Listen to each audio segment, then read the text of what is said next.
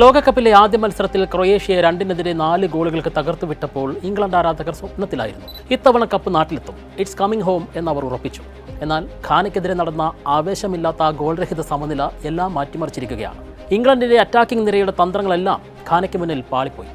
ഒരു നല്ല റിസൾട്ട് വരുമ്പോൾ ആകാശത്തോളം ഉയരുകയും ഒരു സമനില വഴങ്ങുമ്പോൾ അടുത്ത ഫ്ലൈറ്റിൽ നാട്ടിലേക്ക് പോകൂ എന്ന് പറയുകയും ചെയ്യുന്നതാണ് ഇംഗ്ലണ്ട് ആരാധകരുടെ രീതി. എന്നാൽ മറ്റൊരു കാര്യം കാണാതിരുന്നുകൂടാ. ഇംഗ്ലണ്ട് പങ്കെടുത്ത കഴിഞ്ഞ 4 പ്രധാന ടൂർണമെൻറ്റുകളിലെയും രണ്ടാമത്തെ മത്സരം അവർ സമനിലയിലാണ് അവസാനിപ്പിച്ചത്. അതിൽ 2 എണ്ണത്തിൽ അവർ ഫൈനൽ വരെ എത്തുകയും ചെയ്തു. അതുകൊണ്ട് തന്നെ പാനിക്കാകേണ്ട സാഹചര്യമില്ല. പക്ഷേ സൗത്ത് ഗേറ്റിൽ നിന്ന് മാറി തോമസ് ടുഷേൽ വന്നത് കളിശൈലി മാറ്റാനാണ്. എന്നിട്ടും പഴയതുപോലെ കളി ബോറടിപ്പിച്ചതാണ് ആരാധകരെ ചൊടിപ്പിക്കുന്നത്.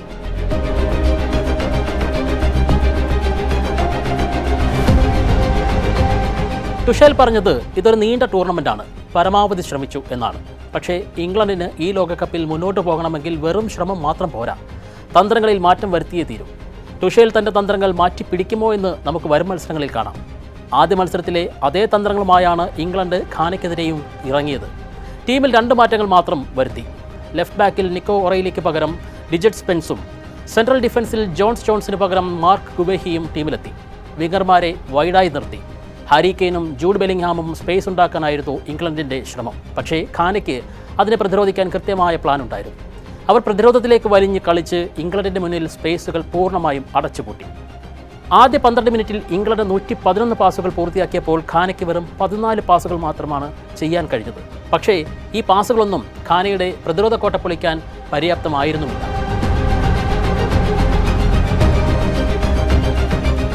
കളിയിലുടനീളം പന്ത് കൈവശം വെക്കുന്നതിൽ ഇംഗ്ലണ്ട് മുന്നിലായിരുന്നു. പക്ഷേ കാർലോസ് കിറോസിൻ്റെ കീഴിലിറങ്ങിയ ഘാന പ്രതിരോധ കോട്ട കെട്ടിയാണ് കളിച്ചത്.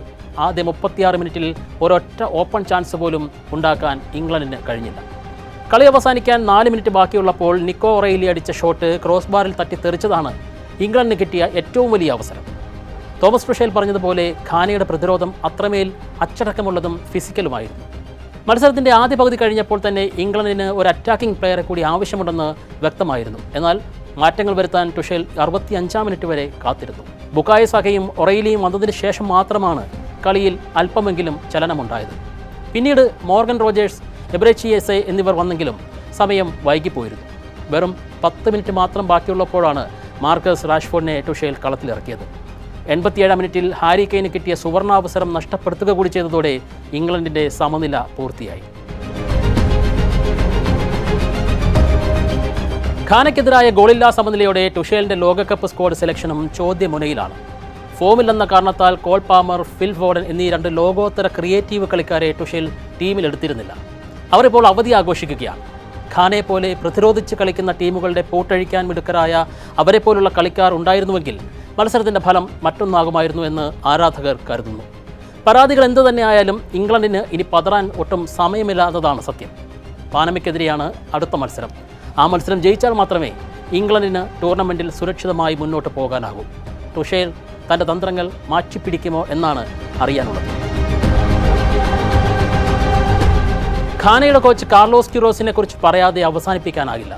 തുടർച്ചയായി 5ാമത്തെ ലോകകപ്പിൽ ടീമുകളെ നയിക്കുന്ന 2ാമത്തെ മാത്രം പരിശീലകനാണ് ആ പോർച്ചുഗീസുകാരൻ. ഏപ്രിലിൽ ഘാനയുടെ പരിശീലകനായി എത്തിയ അദ്ദേഹം ഇറാൻ്റെ കോച്ചായിരുന്നപ്പോഴും പ്രതിരോധ തന്ത്രങ്ങളിലൂടെ വലിയ ടീമുകളെ പൂട്ടിയ ചരിത്രമുള്ളയാളാണ്. മത്സരത്തിൻ്റെ ആദ്യ സെക്കൻഡ് മുതൽ 11 കളിക്കാരെയും പന്തിന് പിന്നിൽ നിർത്തി കടുത്ത പ്രതിരോധമാണ് ഘാന പുറത്തെടുത്തത്. മത്സരശേഷം കിറോസ് പറഞ്ഞത് ഇങ്ങനെയാണ്: ഇംഗ്ലണ്ട് റോക്ക് ആൻഡ് റോൾ കളിക്കുമ്പോൾ എനിക്ക് സാമ്പ കളിക്കാൻ കഴിയില്ല. പ്രതിരോധിക്കേണ്ടി വരുമ്പോൾ ഞങ്ങൾ പ്രതിരോധിക്കും. ആദ്യ പകുതി കഴിഞ്ഞപ്പോൾ തന്നെ ഞങ്ങളെ തോൽപ്പിക്കാൻ അവരുടെ കയ്യിൽ മറുപടിയില്ലെന്ന് ഇംഗ്ലണ്ടിന് മനസ്സിലായിരുന്നു. കിറോസിൻ്റെ ഈ തന്ത്രം കാരണം 2010-ന് ശേഷം ആദ്യമായി ഘാന നോക്കൌട്ട് റൗണ്ടിലേക്ക് യോഗ്യത നേടുകയും ചെയ്തു.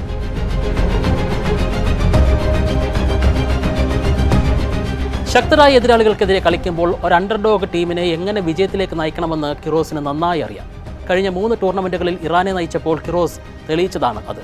അദ്ദേഹത്തിൻ്റെ തന്ത്രങ്ങൾ പലപ്പോഴും ആകർഷകമായ കളിശൈലി സമ്മാനിക്കാറില്ലെങ്കിലും കൃത്യമായി നടപ്പിലാക്കിയാൽ അത് അങ്ങേയറ്റം ഫലപ്രദമാണ്. ഘാന ഇംഗ്ലണ്ടിൻ്റെ കളി പാടെ തകിടം മറിച്ചു. അവർ കടുത്ത ടാക്കിളുകൾ നടത്തുകയും കിട്ടിയ അവസരങ്ങളെല്ലാം ഡെഡ് ബോളുകൾ എടുക്കാൻ പരമാവധി സമയം ഉപയോഗിക്കുകയും ചെയ്തു. ഒടുവിൽ ഇഞ്ചറി ടൈമിൽ പ്രതിരോധം കൂടുതൽ ശക്തമാക്കാൻ വേണ്ടി 30 മിനിറ്റ് മുമ്പ് മാത്രം സബ്സ്റ്റിറ്റ്യൂട്ടായി ഇറക്കിയ പ്രിൻസ് അഡു എന്ന അറ്റാക്കിംഗ് കളിക്കാരനെ തിരികെ വിളിക്കാൻ പോലും മുൻ റയൽ മാഡ്രിഡ് പരിശീലകൻ കൂടിയായ കിറോസ് മടിച്ചില്ല. ഞങ്ങളുടെ കളിക്കാർ മത്സരത്തിലുടനീളം പോരാടിയ രീതിയിലും അവർ ഗെയിം പ്ലാനിനോട് കാണിച്ച അച്ചടക്കത്തിലും ഞാൻ ഏറെ അഭിമാനിക്കുന്നു. ഒരു സമനില മാത്രമായിരുന്നിട്ടും 3 പോയിന്റ് കിട്ടിയ ആവേശത്തിലാണ് ഖാനയുടെ ആരാധകർ അത് ആഘോഷിച്ചത്. അങ്ങനെ 2010 ശേഷം അവർ ആദ്യമായി ലോകകപ്പിൻ്റെ നോക്കൌട്ട് കളിക്കും.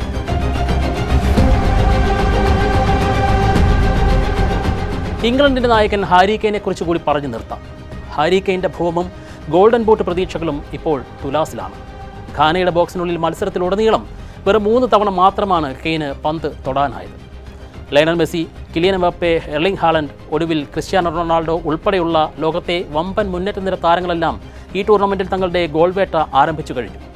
ലോകകപ്പിൻ്റെ സമീപകാലത്ത് ഏറ്റവും കടുത്തതും ആകർഷകവുമായ ഒരു ഗോൾഡൻ ബൂട്ട് പോരാട്ടത്തിനാണ് അമേരിക്കൻ ലോകകപ്പ് സാക്ഷ്യം വഹിക്കുന്നത്. ആദ്യ മത്സരത്തിൽ ക്രൊയേഷ്യക്കെതിരെ നേടിയ ഇരട്ട ഗോളുകളോടെ ഹാരി കെയ്നും ഗോൾഡൻ ബൂട്ട് പോരാട്ടത്തിൽ സജീവമായി ഉണ്ടായിരുന്നു. എന്നാൽ ബോസ്റ്റണിൽ ഖാനയ്ക്കെതിരെ ഗോൾ നേടാനാകാതെ പോയതോടെ ടൂർണമെൻറ്റിൻ്റെ ടോപ്പ് സ്കോററാകാനുള്ള മത്സരത്തിൽ അല്പം പിന്നിലാണ് കെയ്ൻ. 87-ാം മിനിറ്റിൽ 6 വാര അകലെ നിന്ന് കെയ്ൻ അടിച്ച ഷോട്ട് ഗ്യാലറിയിലേക്ക് ഉയർന്നുപോയത് ഈ കളിയുടെ തന്നെ നിർണായക നിമിഷമായിരുന്നു. അവിശ്വസനീയതയോടെ മുട്ടുകുത്തി നിൽക്കാനേ കെയ്ന് ആ സമയം കഴിഞ്ഞുള്ളൂ. മത്സരത്തിലുടനീളം ആകെ 19 തവണ മാത്രമാണ് ലോകോത്തര സ്ട്രൈക്കറായ കെയ്ന് പന്ത് തൊടാനായത്. തൻ്റെ 2ാമത്തെ ഗോൾഡൻ ബൂട്ട് ലക്ഷ്യത്തിലേക്ക് കുതിക്കാൻ ക്യാപ്റ്റൻ ആവശ്യമായ പന്തുകൾ എത്തിച്ചു നൽകാൻ ഇംഗ്ലണ്ട് നിരയ്ക്ക് സാധിച്ചതുമില്ല.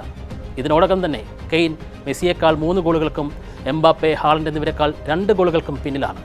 ആ 3 പേരും കളിക്കുന്ന നിലവിലെ ഫോം വെച്ച് നോക്കുമ്പോൾ അവരെ മറികടക്കാൻ കെയ്ന് ഇനി അസാധാരണമായ എന്തെങ്കിലും പ്രകടനം തന്നെ പുറത്തെടുക്കേണ്ടി വരും.